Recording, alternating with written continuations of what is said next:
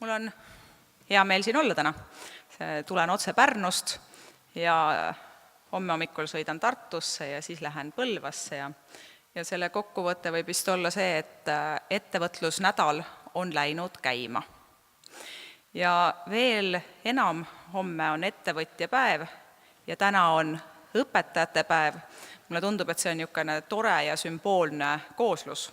See näitab ka läbi selle sümbolite keele, kuivõrd oluline on hariduse ja ettevõtluse seos. Sest see on see ainukene viis, kuidas tegelikult tekib see sünergia, mida me võime siis edaspidi oma ettevõtlusteel pakkuda, sest kõik ilmselt on mõistnud, et see arenguhüpe on tehtud, odavaga tööjõuriik me enam paraku ei ole. Nüüd saame me pakkuda ainult kalleid, nutikaid, tarku tooteid ja teenuseid, millel siis maailmas turg on. Mul on selline väike esitlus, mida mult paluti. See on veidi liiga pikk, nii et ma mõnest asjast hüppan üle. Et ma olen ennast täna soojaks rääkinud ja kipun siis lobisema jääma. Kõigepealt, kui see ettevõtlusministri koht loodi, siis miks pärast ilmselt üks oluline põhjendus siinkohal oli see, et majandus on jupp aega nüüd seisnud, majanduskasv ei ole vastanud meie soovidele ja ootustele ja kuidas seda siis saaks käima uuesti, on kindlasti läbi ettevõtluse. Ja selle tõttu loodi ministrikoht, kes saaks siis väga suunitletult tegeleda ettevõtluskeskkonna arenguga. Ja jällegi, siin tuleb see osa juurde, et üks osa, mis on oluline, selle juures on õiguskeskkond, see on Justiitsministeeriumis, on väga oluline on maksukeskkond, see on Rahandusministeeriumis, sellisel juhul on küsimus, mis jääb mulle, minule jääb näiteks eksport. Kõige põnevam osa. Ekspordi arendamine ja välisinvesteeringute kaasamine on siis nii sellises suuremas pildis kui kitsamas pildis ettevõtlusministri kõige olulisem töövaldkond. Seal on riikidevahelised lepingud, näiteks vabakaubanduslepingud Ameerika Ühendriikidega, mis on sõlmimisel, vabakaubandusleping Kanadaga, mis on siin selle kuu lõpus, saab vist juba alla kirjutatud ja tuleb siis ratifitseerimisele Riigikokku. Aga ka sellised kahepoolsed lepingud, mis on näiteks Hiinaga eelmine aasta saime kokkuleppe siis nii isegi selle aasta kevadel kalatoodete osas kui ka piimatoodete osas, et meie ettevõtete jaoks on nende turg avatud, samamoodi siin mõni aeg tagasi Jaapaniga. Nii et see on üks osa sellest, teine osa on reaalne ekspordipartnerite leidmine ja riigi tutvustamine läbi siis näidete läbi võimalust, et jah, et me oleme väga usaldusväärne partner, kellega koostööd teha, et see on väga paljudes riikides, see riigi maine on hästi oluline, nagu näiteks olen täna ka juba korra toonud seda näidet, aga Poola väga paljusid oma tooteid müüb pannes peale kleebise Šveitsi kvaliteet. Mul oleks väga hea meel, kui meie riigi kuvand üks hetk oleks niimoodi, et Poola enam ei kasuta Šveitsi näidet, kasutab Eesti näidet, ütleb, et see on Eesti kvaliteedidega toode. Aga selle jaoks tuleb teha palju tööd ja see on see, mis ei alga ega lõppe Eesti märgi otsimisega, vaid pigem algab sellest, et iseenda kui riigi tugevuste kaardistamisega, ja selle enda tugevuste kaardistamine siis selle vastu, et mida maailm või mingi regioon sellest otsib. See on, mida meil on pakkuda lisaks IT-le, millest me oleme üsna palju rääkinud, aga kus tuleb ütelda, et teised riigid teevad praegu kõvasti tööd, et järgi minna ja mitmed on ka mööda jõudnud. Teine asi, mis meil on puhas loodus ja see on väga paljude riikide koosmõjus, eelkõige ka selliste pikaajaliste traditsioonidega tööstusriikidega siis võrdluses meie üks väga tugev eeliseid ja see on see, millega me ennast müüme. Selle puhta looduse juurde tuleb ka tegelikult see meie asukoht. Minu jaoks niisugune huvitav fakt oli see, et Eesti mustikas sisaldab 3 korda rohkem antioksüdante kui Poola mustikas. Miks pärast? Sellepärast, et me asume artilisele joonele lähemale. Aga need on need asjad, mida me saame müüa, mis on siis meditsiiniga seotud, terviseteadlikkusega, mis on selgelt kasvuteel ehk siis, aga need on need, mis me peame ise kõigepealt üles leidma, kaardistama ja siis saame seda alles väljapoole pakkuda, et need on need meie tugevused, need on need meie lood ja kui me kõik räägime samamoodi neid uusi lugusid, nagu me oleme rääkinud siin viimase 10 aasta jooksul IT-st, siis tuleb sinna juurde veel lisaks midagi sellele ühele sektorile, mis on kogu maailmas väga kiires arengus. Lisaks on veel siis turismi arendamine ja elamumajanduse valdkond, need on niimoodi eraldiseisvad osad veel selles samas portfellis, nendele ilmselt pikemalt praegu ei peatu. Mis meil siis vaja on selleks, et kui majanduskasvuks on väikese riigi puhul vaja tuua raha juurde riiki, siseturg on meil väikene, et selleks aitab 2 suurt niisugust universaalset vahendit on eksport ja välisinvesteeringud. Välisinvesteeringutega tegeleme, ekspordiga tegeleme, aga selleks, et eksportida reaalselt, on meil vaja tõsta oluliselt kulutusi teadus- ja arendustegevusele, sellepärast et sama, mis ma juba korra ütlesin, me ei ole enam nende riikide hulgas, kes saaksid pakkuda odavaid teenused, sest meie tööjõukulud on nii palju üleval. Mida meile näitab graafik, meie kulutused teadus- ja arendustegevusele tegelikult on olnud väga pikalt seisakul. Meie eesmärk on olnud jõuda 2%-ni SKP-st, tegelikult me oleme seal 0,6 juures olnud peaaegu 10 aastat. See üks äkiline hüpe sinna üles on Narva õlitehase siis teadus-arendusinvesteeringud, mis tehti ja kuna seal on see riigi osalusega ettevõte siis sealt ja teine pool sellest Narva õlitehastest on siis Soome eraettevõte, siis see on see, miks pärast selline jõnks on, tegelikult see ei ole väga hea see pilt endiselt ja kuhu see pilt siis välja jõuab, on meie ülemaailmsele siis konkurentsivõime näidikud, see oli eelmise nädalal avaldati, see on internetist ka üles leidav, keda huvitab ja ta saab erinevaid riike vaadata, me oleme kohal 30, 138 riigist ja siin on mitu asja, kust tasub endale teha, ennast kiita, ütelda, et jah, et tervis ja haridus, seal me oleme päris tublid, et need sambad on ilusti meil liikunud.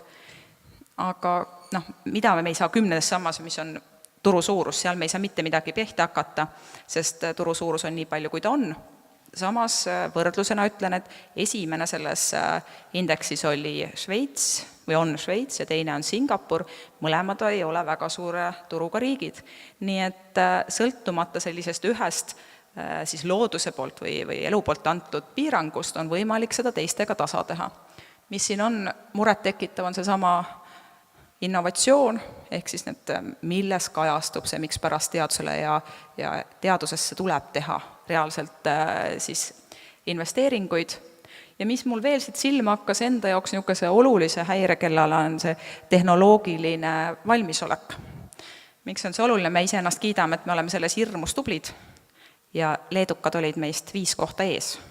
Ma olin päris nördinud, aga lisaks sellele nördimusele see näitab see, et me oleme ennast kiitnud nii siseriiklikult kui ka väljaspoolt, aga väga paljud riigid on järgi jõudnud ja väga paljud riigid on ka mööda läinud. Nii et see on see koht, kus riik peab veelgi enam siis panustama, et lisaks sellele väga heale turundustööle, mis me oleme teinud, oleks ka reaalne sisu sellel taga. Uued algatused, mis me teeme selleks, et siis hoida ja võimaldada, et me oleksime, meie majandus kasvaks, et me saavutaksime ekspordivõimekuse. Üks olulisi on tööstuspoliitika. Miks on tööstuspoliitika oluline? Ma mõtlesin, et Rapla maakond on väga sarnases seisus siin kogu Eestiga, ehk siis ekspordist 2/3, isegi Rapla puhul natuke rohkem, 70%, siis ekspordist tuleb tööstusest.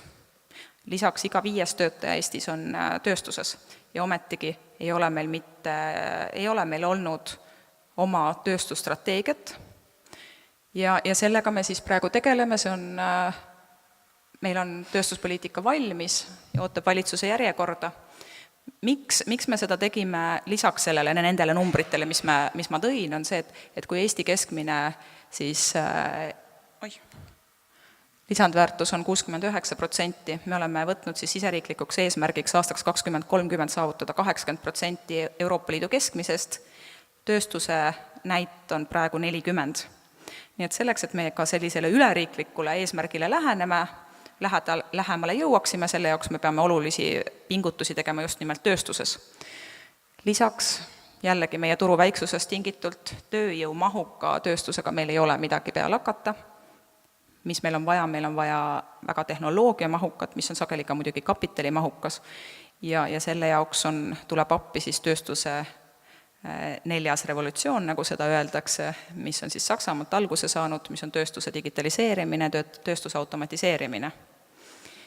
Mis selle jaoks vaja on? Selle jaoks on vaja number 1 raha.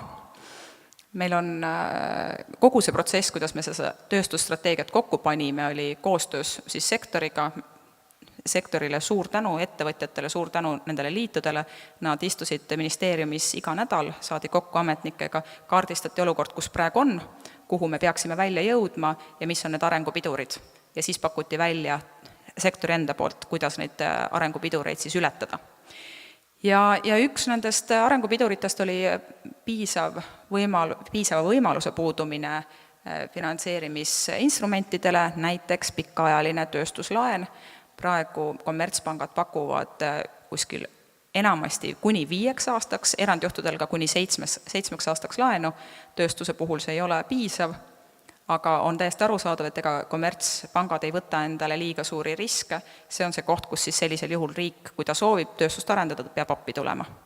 Nii et selle tõttu on meil plaanis ka sellise tööpealkirjaga arengupanga või development bank, nagu on seda Saksamaal või siis Suurbritannias, et ehk siis meie praeguse KredExi baasil laiendada tema teenuste paketti, et see vastaks rohkem sellele, mis on meie majanduse vajadused, aga kindlasti mitte sekkudes eraturule. Selle asutuse eelis oleks, et ta ei ole kasumit taotlev, nagu on kommertspangad, vaid pigem isetasuvus on eeldus, aga pigem on ta üks meede, kuidas hoida meie majandust siis töös. Selle juurde veel, mida oli hästi murelik tööstussektor, et viimased pea 20 aastat ei ole meie ülikoolid, haridusasutused ei ole koolitanud inimesi, kes oleks mõeldud tööstussektori vajadustele vastavalt. Ja läbi OSKA süsteemi siis me oleme nüüd andnud oma esimest panust, annab see sektor, see, et mida riik peaks tellima, millise haridusega inimesi on vaja. Me siin päris pikalt koolitasime haldusjuhte ja ärijuhte ja erinevaid juhte, aga tegelikult tuleb välja, et meil on vaja näiteks tootmisjuhte.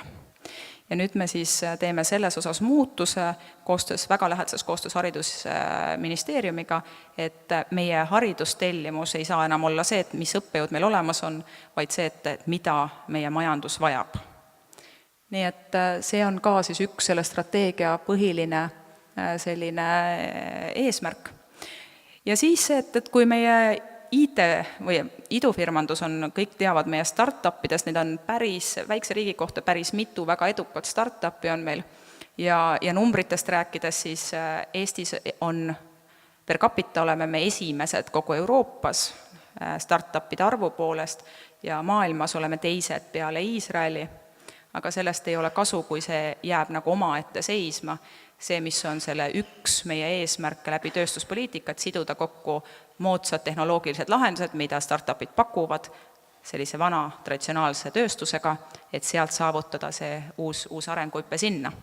Ja loomulikult meie siis maavarade kasutuselevõtt, mida me siiamaani pole isegi väga paljusid uurinud, me oleme, kuna Nõukogude riigis oli seal mitmestest riikidest oli seda kergem kätte saada ja siis me oleme piirdunud oma põlevkiviga, tegelikult on meil erinevaid muldmetalle, mida tuleks ka uurida ja miks mitte riigi siis hüvenguks kasutusele võtta. Tööstuspoliitika tegevused, siin nimetasin juba ära selle arengupanga loomise, siis OSKA süsteemi ja selle teadus-arendustegevuse tellimise sõnastamise. Nutika spetsialiseerumine on tegelikult selline natukene eurokantseliit, mis on meie kasvuvaldkonnad, mis on siis riigi poolt kokku lepitud siin juba 4 aastat tagasi ja need kasvuvaldkonnad on siis Euroopa Liit eeldab, et need peavad olema määratletud selleks, et riik suunitletud siis oma rahasid kuskile mingisuguseid sektoreid arendab. Meie jaoks on need määratud sektorid on IT horisontaalselt ehk siis läbi erinevate sektorite, tervisetehnoloogiad ja ka maavarade väärindamine. Nii et see on seesama, miks see maavarade väärindamine on ka meil tööstuspoliitikas sees. Nii et need nutika spetsialiseerumise siis valdkonna spetsiifiliste digitaliseerimiskoostööplatvormide loomine ka, et just nimelt, et riik annab selleks võimaluse, kuidas seda digitaliseerimist, automatiseerimist läbi viia, et meie tööstusel oleks natukene lihtsam.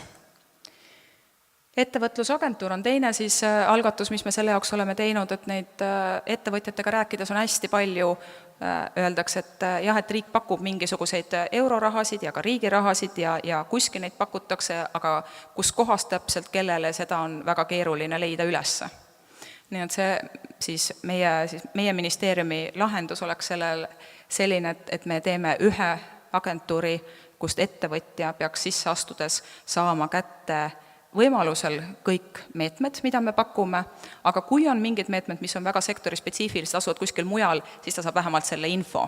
Praegu on selles mõttes nende 15 erinevat ettevõtluse tugistruktuuri riigil on, omavaheline info ei liigu ja selle tõttu ka riik ise täpselt ei tea alati, mida ta pakub, kus ta pakub veel vähem, et need samad allüksused teaksid.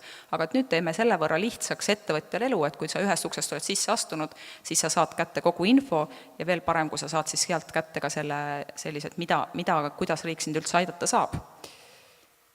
Nii et ta jääks ainsaks selliseks kontaktpunktiks ettevõtjale, ta oleks kompetentsikeskus, mitte raha jagamiskeskus, ta aitab siis läbi kogu skaala, et kui ettevõtja tuleb, ütleb, et ma olen praegu siin, minu ambitsioon on jõuda sinna kohta ja siis vaadatakse koos ära, antakse talle inimene, kes teda toetab kogu selle protsessi vältel, kuni selleni, et kaardistatakse, et mis see vajadus siis on, et kas see peaks olema koolitus, uue ekspordipartneri leidmine kuskil turu peal või siis näiteks toetus teatud tehnoloogilise uuenduse tegemiseks. Et see siis kõik käiks nagu läbivalt ühest ja samast kohast, vähem universaalseid meetmeid ja rohkem väga selliseid individuaalseid ja personaalseid meetmeid. Aga siia juurde kuulub ka valdkondlike analüüside koostamine, et loome sellise analüüsi väikese meeskonna, kes oskaks ütelda, mida siis on vaja, millised et nende suundumustele riik, mis toimuvad ettevõtlusmaastikul igapäevaselt, et riik kiiremini suudaks reageerida. Me oleme nii väike riik ja ometigi me oleme üsna aeglased selleks, et turule järgi jõuda. Ja riigi turundamine, see on see sama, et see ei ole see, et otsime märki, Welcome to Estonia, otsime neid riigi lugusid ja paneme need enda kasuks tööle. Ja see on miski, mida on meie suursaadikud ütelnud, et tegelikult riigi poolt ei tule seda, et kuidas ta peaks tutvustama ja igaüks tutvustab siis see, mis talle oluline on. Aga kui igalt poolt tuleb täiesti erinev info, siis ei jää midagi kõnelema. Et mingid riigid on, näiteks Soome on väga selgelt ennast siis kirjeldanud läbi disaini, nii et Singapuri disainimajas ütles mulle selle sealne direktriss, et teil on nii vedanud, te olete Soome kõrval, seal on maailma parim disaini. Et mingid lood hakkavad ise elama ja neid lugusid tuleb jutustada ise. Arengupangast juba rääkisin, ise tasuvad teenused riigi mandaadiga ja muidugi jätkame ka krediidikindlustusega, ekspordikindlustusega, et need teenused jäävad paika. Aga teenuste kõikide põhi või alus on see, et see on riigi strateegiatega kooskõla ja see, et me pakume neid teenuseid, mida turg ei paku. Mida me saame siis teha selle muudatuse saavutamiseks siin on toodud eraldi välja alustavatele ettevõtetele, millised siis riigipoolsed või tugi riigi poolt on, et siin need ei ole ju, neist valdav enamus ei ole rahalised toetused ja me liigume üha enam sinna, et me anname mingit teadmist, mitte enam nii palju raha. Siin on terve hulk neid, mis on siis alustavatele ettevõtetele ja üks oluline asi, mis alustavatele ettevõtetele muutub järjest olulisemaks, et tuua seda teenust võimalikult lähedal ettevõtjale, et esialgne nõustamine viiakse läbi maakondlikes arenduskeskustes, mis tähendab omakorda maakondlikele arenduskeskustele juurde kompetentsi loomist, aga ka juurde teatud võimekusega, finantsvõimekuse kõige selle andmise, teatud meetmed lähevad sinna ära, just nimelt, et ettevõtja ei peaks liikuma, vähemalt alustav ettevõtja kindlasti mitte, ei pea nõu saamiseks liikuma Tallinnasse või Tartusse, vaid ta saab selle enda siis tegutsemiskohale võimalikult lähedal. Ja nõustamine maakondlikes arenduskeskustes on tasuta loomulikult. Starditoetus, mis on siin tekitanud erinevaid mõtteid, starditoetuse, miks selle eraldi välja toodud on see, et sellel hooajal on see oluliselt suurem või selle struktuurifondide perioodil see on siis 15 000, 20% on oma vastutus, ülejäänu on siis see, mille riik paneb selleks, et aidata uutel ettevõtetel turule tulla. Tegelikult meil uute ettevõtetega väga kehvasti ei ole, meil on 132 000 ettevõtet, millest siis keskmiselt 76 000 on need, mis igapäevaselt tegutsevad. Arvestades meie rahvaarvu on see üsna hea. Kui me vaatame seda, et lisandväärtus on väike, keskmine töötajate arv on 1,8, siis see pilt jälle nii hea ei ole. Nii et tegutsevatele ettevõtetele pakume siis eelkõige, nagu ma ütlesin, proovime rahadest minna kaugemale ja liikuda nõustamisele, liikuda koolitusele ja erinevatele ärivõimaluste loomisele. Eelkõige jällegi ekspordi suunas. Pakume erinevaid messe, pakume ekspordipartneri leidmise võimalust, pakume ühistende, kõik, mis iganes võiks olla selleks, et ettevõte oleks siis valmis leidma või tal tekiks võimalus leida endale äripartnereid, kellele siis oma tooteid ja teenuseid müüa, mis tuleb teha selleks, et tooted-teenused tekiksid, on väga head võimalused läbi tehnoloogia arenduskeskuste, selleks, et töötada seal välja uusi innovatiivseid lahendusi, aga ka klastrites töö. Ehk siis koostöös on tegelikult see tugevus, disainiliit ja moedisaini inimesed panid kokku, 2 liitu inimestega käisid koos Washingtonis ja nad olid ise, ütlesid, et nad on nagu hästi rahul, et nad seda tegid, sellepärast, et nad esimest korda nägid, et nad ei ole mitte ainult konkurendid, vaid nad võivad ka üksteist nagu tugevdada, et kui üks paneb kleidi selga, siis teine annab sinna käe peale kella või prillid või midagi sellist, et sealt koostöös tekib alati sünergia. Aga selleks, et see kõik oleks võimalik, siis on ettevõtte arenguprogramm, mis on meie uus programm, kus on 76 miljonit raha selleks hooajaks, mis on päris suur, mis tähendabki seda, et see on väga personaalne, ettevõte tuleb ja saab siis ühe inimese, kellega ta suhtleb, kes aitab tal kogu seda protsessi läbi viia, eesmärke on siis 2, üks on see, et ettevõte laieneks, ja teine, et ta jõuaks ekspordini. Ja sinna vahele jääb enamasti ka see, et millised tooted, kas need tooted vajavad teatud ümbertegemist, täpsemaks muutmist selleks, et oleks toode, mida siis eksportida. Ja selle jaoks on meil nii innovatsiooniosak kui arendusosak, mis on jällegi rahalised innovatsioon, ma kohe siin näitan, et klastritest korraks rääkisin, siia ma ei jää pidama, aga innovatsiooniosak on siis esmakordselt selline, need on mõlemad innovatsiooni arendusosak on väikestel ja keskmistel ettevõtetele, mis on Eestis 99,9% muidugi. Siin on toetus 4000 eurot ja teine on arendusosak, mis on juba 20 000, aga siin on ka oma osalus olemas. Et need on nüüd mõlemad ikkagi suunitletud selleks, et leida uusi tarku lahendusi. Ja need targad lahendused on eeldus selleks, et me jõuaksime reaalselt oma ekspordi kasvude ja mahtude suurendamiseni, sest eksport on paraku ka olnud see, mis viimased paar aastat ei ole tõusu teel meil olnud. Nii et need samad eesmärgid, millest ma rääkisin, et toetada ettevõtluskeskkonda, et jõuda ekspordi arendamiseni, et Eesti oleks tuntud, selleks me neid asju teeme ja need meetmed on kõik välja töötatud ekstra selleks, et siis seda tulemust nagu ära saavutada ja koju tuua. Kui kellelgi on häid mõtteid selles osas, mis oleksid veel need kõige olulisemad ja tundlikumad kohad, siis hea meelega ministeeriumis ootame seda tagasisidet. Aitäh teile!